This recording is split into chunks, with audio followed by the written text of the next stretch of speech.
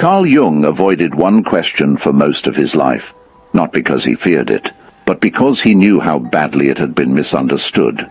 Do you believe in God? When asked, Jung would pause, smile faintly and reply, I do not believe, I know. To most people that sounded arrogant. To Jung it was precise. Belief belongs to the mind that doubts. Knowing belongs to direct experience.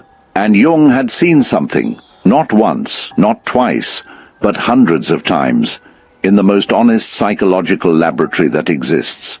The moment a human being approaches death.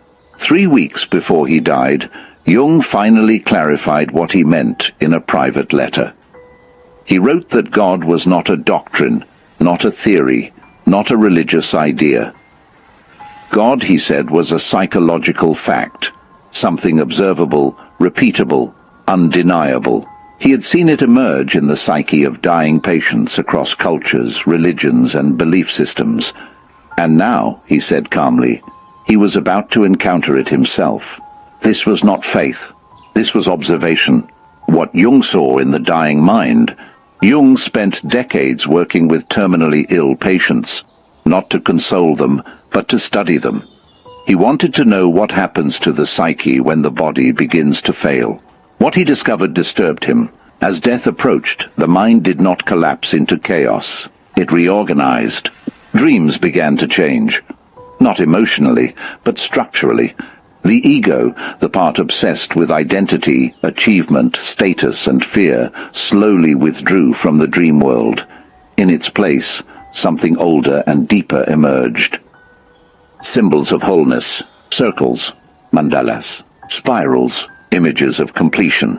These symbols appeared with such consistency that Jung could often predict how close someone was to death simply by analyzing their dreams.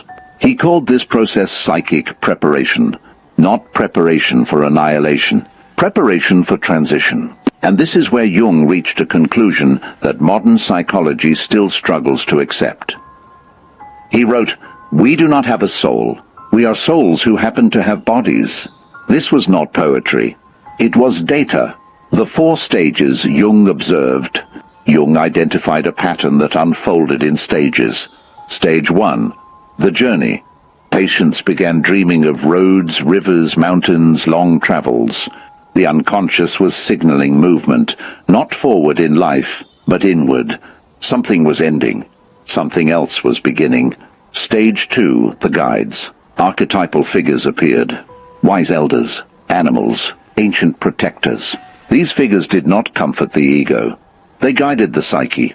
Jung recognized them immediately. Universal symbols arising from the deepest layer of the mind, what he called the collective unconscious. Stage 3. The light. Dreams became luminous. Golden landscapes, radiant cities, fields of light. Patients described these dreams as more real than waking life. Many woke in tears, not from fear, but from recognition. Jung wrote that it was as if the psyche was showing them their origin, not somewhere new, somewhere remembered. Stage 4. Dissolution. The final stage was the most profound. The dreamer disappeared. No personal identity. No name. No story. Only symbols of unity. The ego dissolved completely, and what remained was pure awareness, no longer individual, but universal. Jung said, "In these dreams, consciousness is no longer personal, it is total." What shook Jung was not that this happened to the dying. It was that the same process appeared in people who were very much alive. Patients who went deep into analysis. People who practiced intense introspection. Individuals engaging in what Jung called active imagination. They began having the same dreams, the same symbols, the same psychological sequence, and Jung realized something unsettling. This process was not about dying, it was about awakening. The psyche does not wait until death to reveal the self. It tries to do it your entire life, through dreams, through synchronicity, through moments that feel too meaningful to dismiss. But most people ignore the signals. They cling to the ego. They defend the mask. They confuse survival structures with identity. And so they spend their lives protecting something that was never meant to last. Jung believed the ego was necessary. It helps you function, build a life, navigate society. But it was never meant to be permanent. It was a phase, a tool, a childhood of consciousness. The tragedy, Jung said, is that most people never outgrow it. They die still identified with the mask, terrified of losing what was always temporary. Individuation, the process Jung devoted his life to, is the maturation of consciousness. The moment you stop identifying with the ego and recognize the self beneath it. Not belief, recognition. And once that happens, death loses its terror. Because you realize something quietly devastating. The part of you that feared death was never real to begin with. In his last interview, Jung was asked, "What do you think happens when we die?" He paused for a long time, Then said, "I do not think. I have seen." Seen what? That consciousness is not produced by the brain. The brain is produced by consciousness. In Jung's view, the body was not the source. It was the receiver. And when the receiver shuts down, the signal does not end. It returns. He wrote in his private journals, "What we call birth is forgetting. What we call death is remembering." What this means for you. Jung's final message was not about the afterlife. It was about now. Do not wait for death to meet the self. Do not spend your life defending a role. Do not confuse the mask with the essence. Turn inward. Face the shadow, not to destroy it, but to integrate it. Because the shadow is not the enemy. It is the doorway. And when you stop rejecting parts of yourself, the ego relaxes. It no longer has to defend, perform, or pretend. And beneath it something emerges. calm, Unshakable. Whole. Jung said people who meet the self live differently. They stop chasing validation.